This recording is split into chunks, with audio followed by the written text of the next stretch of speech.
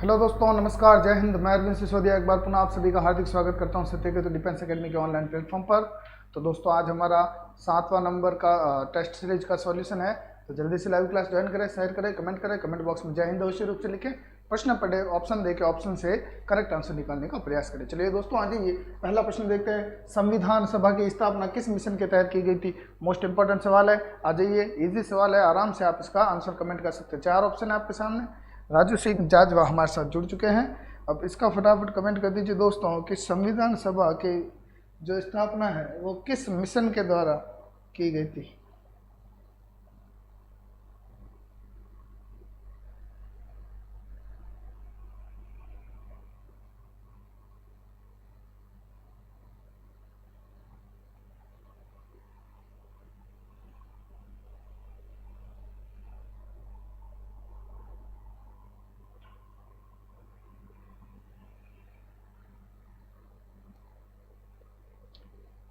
राजू सिंह जाजवा, जय हिंद।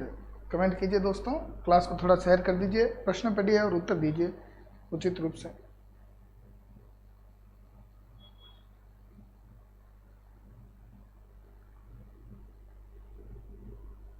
सौरभ नेगी, जय Hind.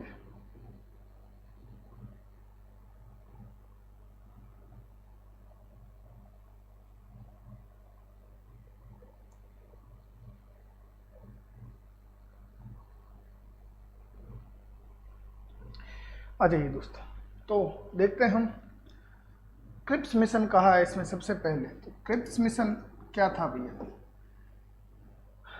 Cripps mission एक प्रस्ताव था ब्रिटिश सरकार द्वारा, इंग्लैंड की सरकार थी, उसका प्रस्ताव था।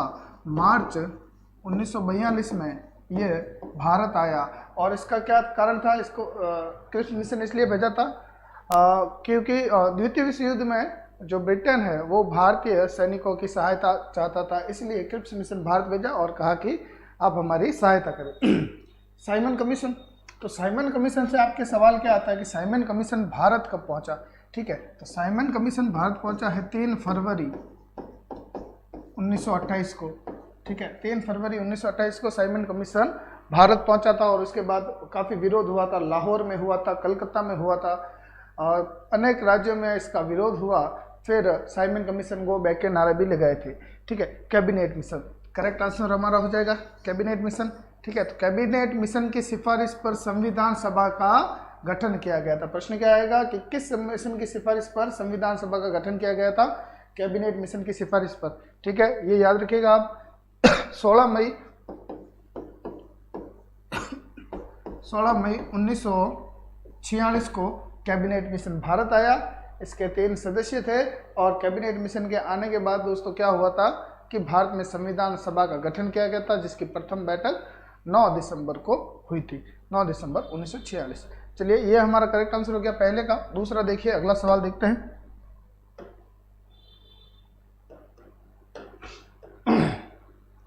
दूसरा सवाल है संविधान सभा का अस्थायी अध्यक्ष। तो दोस्तों, आप सभी जानते हैं अस्थायी अध्यक्ष कौन थे। तो 9 दिसंबर 1946 को जो प्रथम बैठक हुई थी, उस बैठक में सबसे पहले सच्चिदानंद सिन्हा को अध्यक्ष बनाया गया। और सच्चिदानंद सिन्हा को अध्यक्ष बनाया गया, कारण क्या था? क्योंकि ये सबसे वृद्ध थे, यानी कि सबसे उम्रदराज जो थे वो सच्चिदानंद सिन्हा थे। इनको बना दिया गया अध्यक्ष। फिर मुस्लिम लीग ने विरोध किया। उसके बाद वापस 11 दिसंबर को जो दूसरी मीटिंग हुई थी, दूसरी सभा हुई थी, उस सभा में आपके राजेंद्र प्रसाद को स्थायी अध्यक्ष बनाया गया था। ठीक है, और भीमराव अम्बेडकर का अध्यक्ष में भीमराव अम्बेडकर से संबंधित क्या आ जाएगा? भीमराव प्रारूप समिति के अध्यक्ष थे। ठीक है, तो संविधान सभा का अस्थायी अध्यक्ष अस्थायी हो गए ये आपके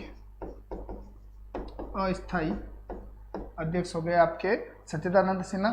ठीक है, तो ये हमारा करेक्ट आंसर हो जाएगा। स्थायी पूछ लिया जाए, राजेंद्र प्रसाद स्थायी अध्यक्ष,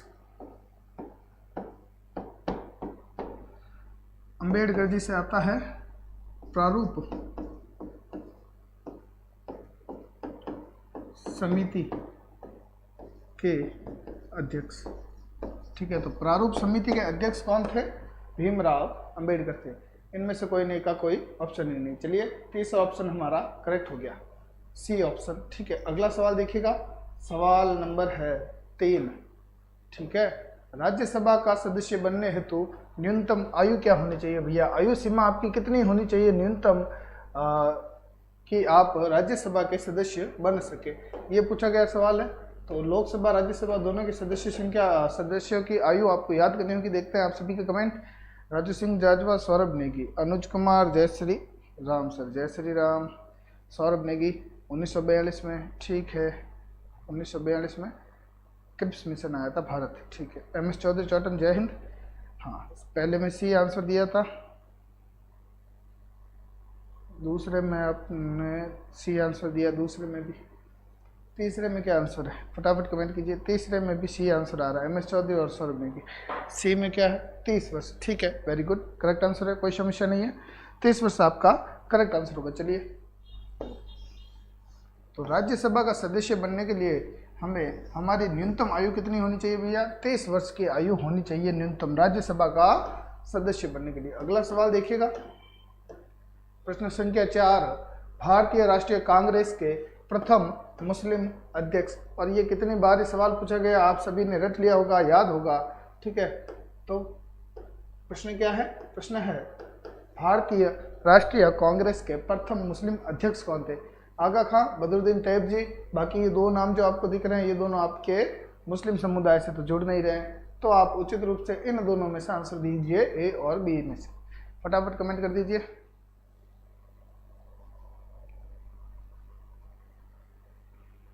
बी आंसर आ गया है, MS Chaudhary Chohtan, very good, बहुत ही फास्ट तरीके से आंसर दिया है और सही आंसर दिया है। बदरुद्दीन तैयब जी आपके भारतीय राष्ट्रीय कांग्रेस के प्रथम मुस्लिम अध्यक्ष थे। कौन थे भैया प्रथम मुस्लिम अध्यक्ष? बदरुद्दीन तैयब जी। सवाल देखिएगा अगला, प्रश्न संख्या 5, सिंधु सभ्यता में चावल के साक्ष्य कहाँ से प्राप्त हुए थे? ये मोस्ट इंपॉर्टेंट सवाल है, चावल के साक्ष्य कहाँ से प्राप्त हुए थे? फटाफट कमेंट कर दीजिए दोस्तों। हड़प्पा, मोहनजोदड़ो, मेहरगढ़, आलोथल, जल्दी से कमेंट कीजिए।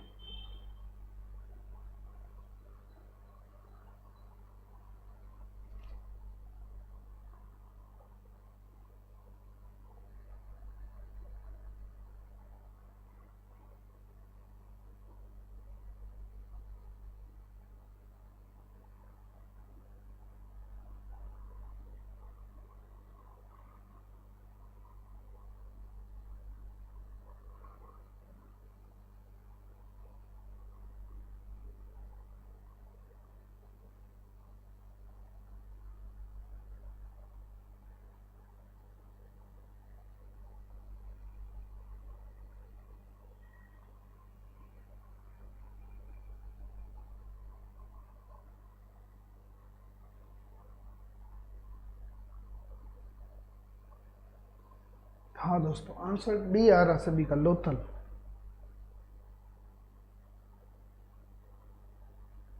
ठीक है, डी में क्या है? लोथल। पूछा क्या प्रश्न? प्रश्न पूछा है चावल के साक्ष्य हमें कौन से पुरातात्विक स्थल से प्राप्त हुए? तो चावल हमें लोथल से प्राप्त हुए थे, ठीक है। कहाँ से प्राप्त हुए थे? जो लोथल पुरातात्विक स्थल था वहाँ से हमें चावल के साक्ष्य प्राप्त हुए थे। चलिए, अच्छा बात है। अगला सवाल देखिएगा।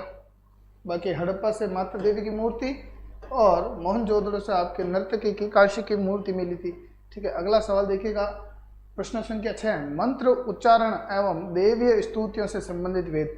मैंने कल ही बताया था आपको कि देवीय स्तुतियाँ किस वेद में होती है, और मंत्र उच्चारण पूछा है, ठीक है ना, मंत्र उच्चारण, ठीक है। मंत्र गाने वाले मंत्र यदि होते, श्लोक होते गाने वाले, तो भी आपके सामवेद में चले जाते। तो यही सेम का सेम ऋग्वेद, अथर्ववेद, यजुर्वेद, सामवेद, 4 वेद आ गए आपके सामने। इन चारों वेदों में से एक आंसर करेक्ट होगा। क्या होगा भैया? देवीय स्तुतियाँ जहाँ पर लिखी हुई मिल जाए, आपको देवीय स्तुतियाँ ही पूछेंगे, तो वो आपके ऋग्वेद से संबंधित है, ठीक है। बाकी पूछ लिया जाए कि किस वेद में 10 मंडल है, तो ऋग्वेद में है, ठीक है। और इनसे संबंधित मंडल बहुत अलग अलग आते हैं। पहले आपके मंडल 2 से लेकर 9 तक, 2 से लेकर 9 तक सारे मंडल इन्होंने बना दिए थे, मतलब जोड़ दिए थे पुस्तक में। फिर आगे बढ़ेंगे, ऋग्वेद में आगे बढ़ेंगे तो उसके बाद पहला अध्याय मंडल जोड़ा, और उसके बाद 10वां। तो सबसे अंतिम अध्याय कौन सा जुड़ा है? 10वां जुड़ा है। सेकंड लास्ट कौन सा जुड़ा है? पहला जुड़ा है। फिर उससे देखा, थर्ड लास्ट देखा जाए तो 9वां जुड़ा, और बाकी सबसे पहला अध्याय कौन सा जुड़ा है या सबसे पहला मंडल कौन सा जुड़ा है, तो दूसरा जुड़ा है। इस प्रकार से मंडलों से संबंधित सवाल आएंगे। ये भी पूछा जाएगा कि कौन सा मंडल सोम देवता से संबंधित है, ठीक है, तो सोम देवता से संबंधित आपके 9वां मंडल है। चलिए, ऋग्वेद हमारा करेक्ट आंसर होगा, ठीक है। और अथर्ववेद में क्या है भैया, अथर्ववेद जादू टोना, जादू टोना से संबंधित वेद है। यजुर्वेद गद्य पद्य वाला है, गद्य पद्य वाला वेद है। और सामवेद आपके स्वर या संगीत का जनक, स्वरों का 7 स्वरों की उत्पत्ति सामवेद से हुई थी, ठीक है। और देवी स्तुति आपके ऋग्वेद में आ गई। चलिए, आंसर हमारा ए करेक्ट हो गया। अगला सवाल देखिएगा, 7वां प्रश्न संख्या 7, कांग्रेस का सूरत अधिवेशन कब हुआ था? फटाफट कमेंट कर दीजिए दोस्तों, जल्दी से कमेंट कीजिए, कांग्रेस का सूरत अधिवेशन कब हुआ था। और आपको मैं इतना बता दूं कि सूरत अधिवेशन में ही कांग्रेस में 2 फूट पड़ गई थी, यानी कि गर्म दल और नरम दल में बट चुका था कांग्रेस। और उसी में उसी सूरत अधिवेशन को किस नाम से जाना जाता है? सूरत विभाजक। क्या जाना जाता है? सूरत विभाजक नाम से जाना जाता है कांग्रेस के सूरत अधिवेशन को। अब कब हुआ था, डेट बता दीजिए, सन बता दीजिए जल्दी से। 7 में डी आंसर दे रहे हैं सभी, वेरी गुड, बिल्कुल करेक्ट आंसर होगा, ठीक है, ओके, कोई समस्या नहीं है। डी में डी आंसर है 7 के सवाल में। 1907 में सूरत अधिवेशन हुआ, जिसमें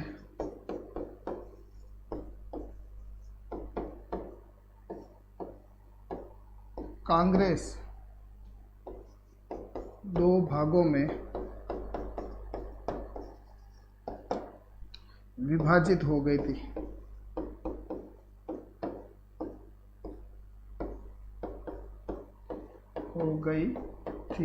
ठीक है, गरम दल और नरम दल, गरम नरम लिख देता हूँ, गरम नरम दल में, ठीक है। अगला सवाल देखिएगा दोस्तों, प्रश्न संख्या 8 देखिएगा, साइमन कमीशन भारत कब आया? तो मैंने पहले ही सवाल में बता दिया था आपको किस डेट को साइमन कमीशन भारत आया था, ठीक है, 3 फरवरी, आगे बता दीजिए आप। साइमन कमीशन 3 फरवरी 1946 को आया, 3 फरवरी 1948 को आया, या 3 फरवरी 1927 को आया, या 3 फरवरी 1928 को आया था। ये ऑप्शन है आप सभी के सामने, ठीक है। अब सवाल क्या बनता है यहाँ से कि साइमन कमीशन की नियुक्ति, तो साइमन कमीशन की ब्रिटेन में नियुक्ति 1927 में हुई थी। उसके बाद भारत भेजा गया साइमन कमीशन को, और भारत में साइमन कमीशन गो बैक के नारे लगे थे, सबसे पहले लाहौर में, फिर कलकत्ता में, ठीक है।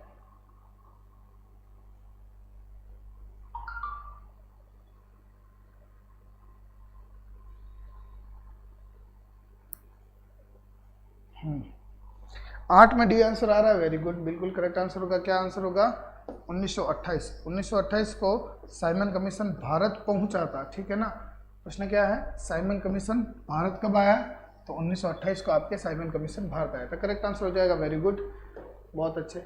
आगे बढ़िए, अगला सवाल देखिएगा, प्रश्न संख्या 9, सबसे छोटा उपग्रह, सबसे छोटा उपग्रह कौन सा बताइए भैया? बुध है, गैनीमेड है, मंगल है, या इनमें से कोई नहीं?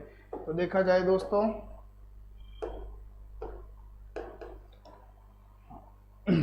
देखा जाए तो बुध का कोई उपग्रह नहीं है, ठीक है, बुध का कोई उपग्रह है नहीं। गैनीमेड बृहस्पति का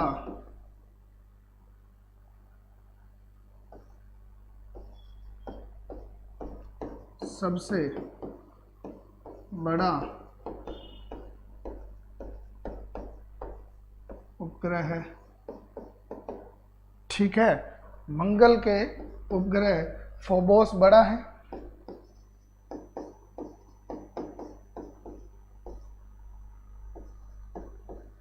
बड़ा, तथा होता क्या है? डाइमस होता है, डिमोस नहीं होता, परंतु हम लिखते क्या है? डिमोस। आपके डिमोस ही आएगा लिखा हुआ, परंतु हम पढ़ेंगे तो डाइमस होगा, वो इंग्लिश में पढ़ेंगे तो डाइमस होता है। तो फोबोस बड़ा तथा डिमोस छोटा उपग्रह, ठीक है। अब प्रश्न एक ये भी आ सकता है कि सौर मंडल का सबसे बड़ा उपग्रह, तो गैनीमेड हो जाएगा। सौरमंडल का सबसे छोटा उपग्रह तो डीमोस हो जाएगा। ठीक है, अब यहाँ पर सवाल क्या पूछा है, सबसे छोटा उपग्रह, तो हमने क्या पढ़ा, डीमोस है, तो डीमोस यहाँ पर ऑप्शन में था ही नहीं, तो हमारा ऑप्शन करेक्ट हो जाएगा डी।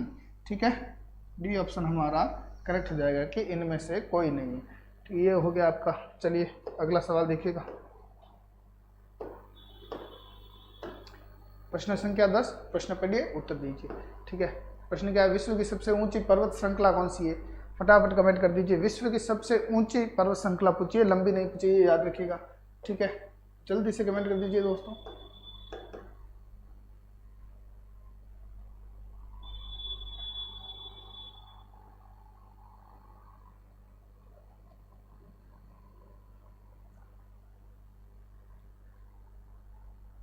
मंगल का डीमोस, ठीक है, ओके। 10 में सी आंसर आ रहा है, राहुल गांधी ने दिया है ए। राहुल गांधी जुड़ चुके हैं हमारे साथ में, कोई समस्या नहीं है। अपना कीमती समय निकाल कर गांधी जी आए हैं मिलने, हमसे क्लास अटेंड करना। चलिए, राहुल गांधी और राहुल शाह, MS चौधरी चौहटन, वापस राहुल गांधी, सौरभ नेगी, सभी का आंसर सी है। सी में क्या है भैया, हिमालय है। हिमालय है, हिमालय क्यों है? हिमालय इसलिए है क्योंकि माउंट एवरेस्ट सबसे ऊंची चोटी जो है किस पर है, तो हिमालय पर है।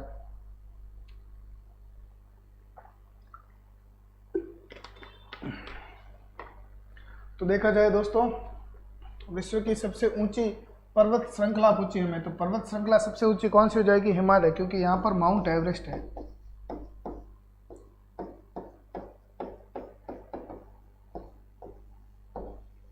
माउंट एवरेस्ट ऊंची चोटी है, इसकी वजह से हिमालय आपके सबसे ऊंचा हो जाएगा। एंडीज पर्वत श्रृंखला कहाँ पर है? रॉकीज पर्वत श्रृंखला कहाँ पर है? तो एंडीज दोस्तों है आपके दक्षिणी अमेरिका। ठीक है, दक्षिणी अमेरिका में एंडीज पर्वत श्रृंखला है। रॉकीज पर्वत श्रृंखला है आपके उत्तरी अमेरिका। ठीक है, एक और पर्वत श्रृंखला आप याद रखिएगा, एटलस। एटलस पर्वत श्रृंखला कहाँ पर है? तो अफ्रीका में आपके, याद रखिए। ठीक है, एक आप याद रखिएगा, विक्टोरिया मरुस्थल कहाँ पर है? विक्टोरिया मरुस्थल कहाँ पर? तो वो आपके ऑस्ट्रेलिया में। चलिए, एक और याद रखिएगा, वो कौन सा महाद्वीप है जो आप जिस पर कोई मरुस्थल नहीं है? तो वो आपके यूरोप महाद्वीप है और कोई नहीं है। चलिए अगला सवाल देखिए, 11 नंबर, तंजौर के बृहदेश्वर मंदिर का निर्माण किसने करवाया? ABCD 4 ऑप्शन दिए हैं, जल्दी से कमेंट कर दीजिए दोस्तों, फटाफट सोच समझ के आराम से। ठीक है,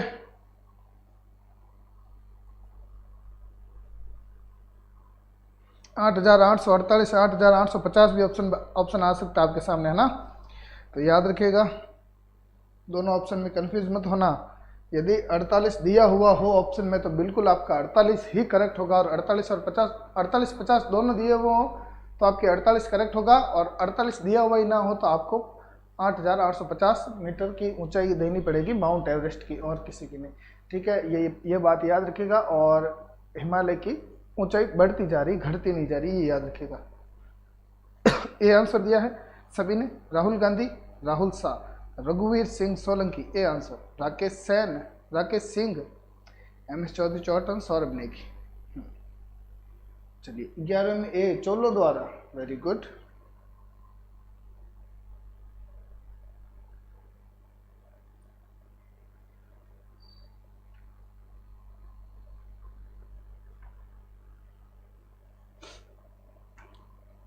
तो सभी का आंसर ए आ रहा है, चोलो द्वारा, बिल्कुल करेक्ट आंसर है। चलिए,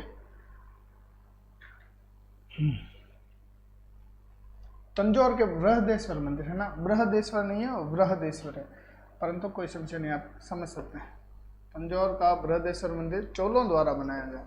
ठीक है, अब तंजौर, हम सीधा सीधा देखो, यदि हमें ऐसा कुछ पूछ लिया जाए कि ये मंदिर किसने बनवाया, किसने नहीं बनाया, तो वो हम देखेंगे वो स्थान है कहाँ पर वर्तमान में। ठीक है, जैसे मान लो कि दिलवाड़ा का मंदिर किसने बनाया? ठीक है, तो अब दिलवाड़ा मंदिर स्थान कहाँ पर है? तो भैया राजस्थान में, तो यहाँ के शासकों द्वारा ही बनवाया जाएगा। हालांकि बनवाया तो जैन मुनि ने था, परंतु विमल शाह ने बनवाया था। ठीक है, परंतु कुछ सवाल हमारे ऐसे निकल जाते मैप के माध्यम से। अगला सवाल देखिएगा, 12वां अंतर्राष्ट्रीय महिला दिवस कब मनाया जाता है? फटाफट कमेंट कर दीजिए, अंतर्राष्ट्रीय महिला दिवस कब मनाया जाता है? जोरदार सवाल है और अच्छा सवाल है, और ये काफ़ी बार पूछा जाने वाला सवाल है। महिलाओं का दिवस है, और पिछली बार मुझे MS चौधरी चौटे ने पूछा था कि सर जी आपके पुरुषों का दिवस कब मनाया जाता है। तो दोस्तों पुरुषों का दिवस मनाया जाता है आपके जब मजदूर दिवस होता है उस दिन पुरुषों का दिवस मनाया जाता है। ठीक है, तो बिल्कुल आप निश्चित रहिए, आपका भी दिवस आता है पुरुषों का दिवस, स्पेशली मजदूर दिवस, पुरुषों का दिवस।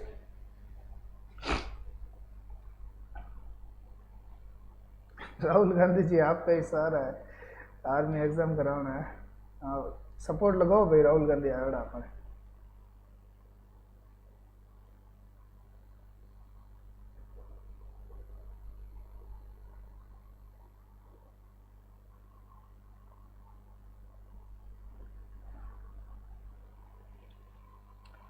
आठ मार्च सभी का आंसर क्या आ रहा है भैया, 8 मार्च आ रहा है, बिल्कुल करेक्ट आंसर दिया है, वेरी गुड। इसी प्रकार बने रहिए, इस प्रकार से उत्तर आएंगे तब मजा आएगा।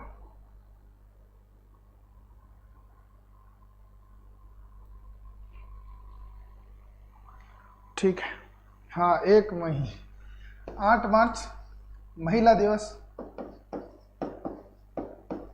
अंतर्राष्ट्रीय महिला दिवस है ना। 10 मार्च, 10 मार्च 1959 है, 59 आई थिंक 59 है, चलो मैं डेट कंफर्म नहीं है याद मैंने, छोड़ो कोई बात नहीं। 10 मार्च को आपके CISF का स्थापना दिवस,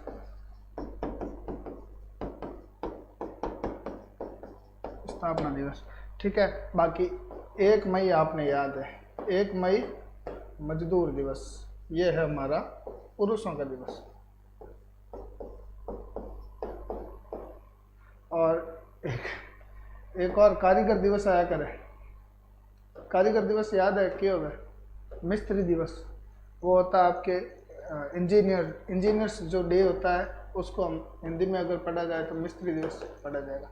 अगला सवाल देखिएगा, 13वां कनाडा का राष्ट्रीय खेल कौन सा है, हॉकी, क्रिकेट, आइस हॉकी या फुटबॉल, जल्दी से कमेंट कर दीजिए।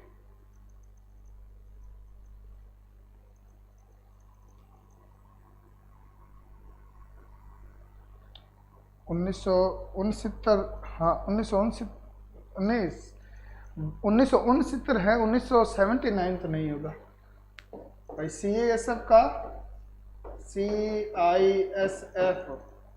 का स्थापना हुई थी 10 मार्च 1969 को हुई थी। मैं इसमें कंफ्यूज था, किसमें, इसमें मैंने सोचा 59 होगा, परंतु 59 नहीं है, 69 है, मुझे याद आ गया। 59 तक तो CISF बनने के चांस ही नहीं थे। ठीक है, तो 69 आपके करेक्ट आंसर था। ठीक है, 10 मार्च 1969 को CISF का स्थापना दिवस था। ठीक है, नींव पड़ी थी इस दिन CISF की। अगला सवाल देखिए, 79 तो नहीं होगा, आपने 79 आंसर किया, वो तो कतई नहीं होना। चलिए प्रश्न देखते हैं, हॉकी कहाँ का है भैया, भारत पाकिस्तान का राष्ट्रीय खेल हॉकी हो गया। क्रिकेट कहाँ का है भैया, तो इंग्लैंड ऑस्ट्रेलिया दोनों का आपकी क्रिकेट है। ठीक है, आइस हॉकी कहाँ की है, तो कनाडा। ठीक है, फुटबॉल कहाँ की है, तो ब्राज़ील की। ब्राज़ील का आपके राष्ट्रीय खेल कहा जाए तो आपके फुटबॉल होगा। ठीक है, तो आंसर हमारा क्या हो जाएगा, हमारा पूछा है आइस हॉकी, आइस हॉकी ये रहा, ये आपके रहा क्या भैया, ये आपके रहा कनाडा। और ये सवाल भी आता है, काफ़ी बार आता है, कनाडा से संबंधित, कनाडा आयरलैंड से संबंधित सवाल आएंगे भैया। प्रश्न देखिए 14वां, समय वैसे भी कम है, कोई समस्या नहीं है, बराबर चल रही है क्लास। चलिए 14 प्रश्न देखिए, पूर्ण स्वाधीनता दिवस कब मनाया गया। अच्छा सवाल है, जल्दी से कमेंट कर दीजिए, पूर्ण स्वाधीनता दिवस कब मनाया गया था, जल्दी से कमेंट कर दीजिए।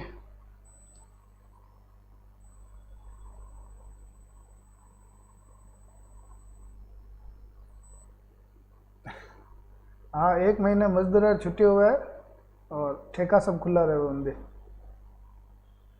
क्योंकि मजदूर आप पूरी कमाई उन दिन उठे जुड़ा है।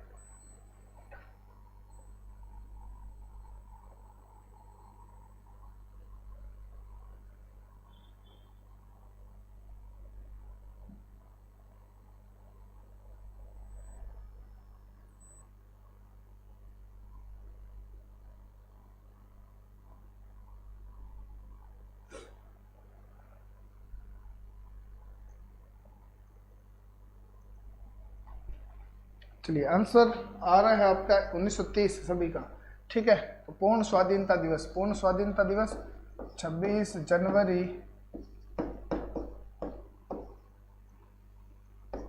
1930 को पूर्ण स्वाधीनता दिवस मनाया गया था। और इसमें भैया जवाहरलाल नेहरू ने झंडा फहराया था, तिरंगा फहराया था।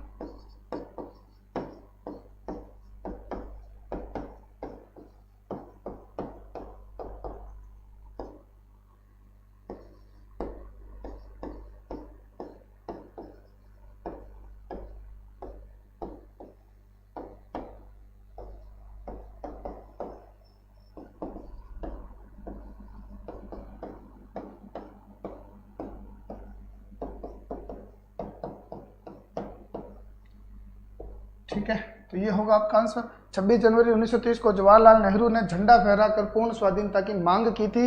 इसीलिए हमारा जो संविधान लागू हुआ वो 2 महीनों का गैप आता है ना कि भैया संविधान तो पहले ही तैयार हो गया था, परंतु जनवरी का गैप, जनवरी तक की वेट किया था, नवंबर में तैयार हो चुका था हमारा संविधान। ठीक है, तो दिसंबर और जनवरी 26 जनवरी तक वेट किया, क्योंकि ये दिवस पूर्ण स्वाधीनता दिवस के रूप में मनाया गया था। और इस दिन से ही भारत में मतलब उग्रवादी बढ़ गया था, मतलब उग्र हो गए थे सारे और भारत को आज़ाद करने की ठान ली थी। अगला सवाल है, लास्ट सवाल है, कांग्रेस की प्रथम महिला अध्यक्ष कौन थी? चलिए कांग्रेस की प्रथम भारतीय महिला अध्यक्ष पूछा है ना।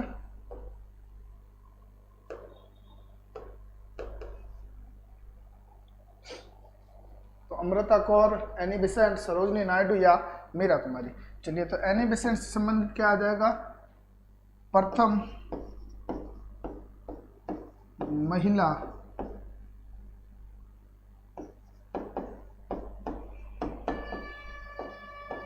महिला अध्यक्ष हो जाएगी आपके एनी बेसेंट। सरोजनी नायडू हो जाएगी प्रथम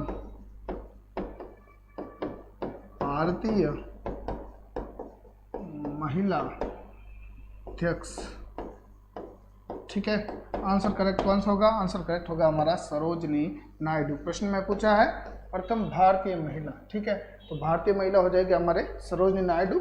बाकी विदेशी महिला एनी बेसेंट है, जो प्रथम कांग्रेस की प्रथम महिला अध्यक्ष रह चुकी है। ठीक है, अगला सवाल देखिए। अगला सवाल क्या, सत्य के तो देखिए। ठीक है, अगली क्लास होगी आपके साइंस की, उसके बाद मैथ की। तो बने रहिए, क्लासें देखते रहिए, पढ़ते रहिए, हंसते रहिए, खेलते रहिए, तैयारी करते रहिए। चलिए दोस्तों, कल पुनः इसी समय आपसे मुलाकात करेंगे। तब तक के लिए धन्यवाद। जय हिंद और जय भारत।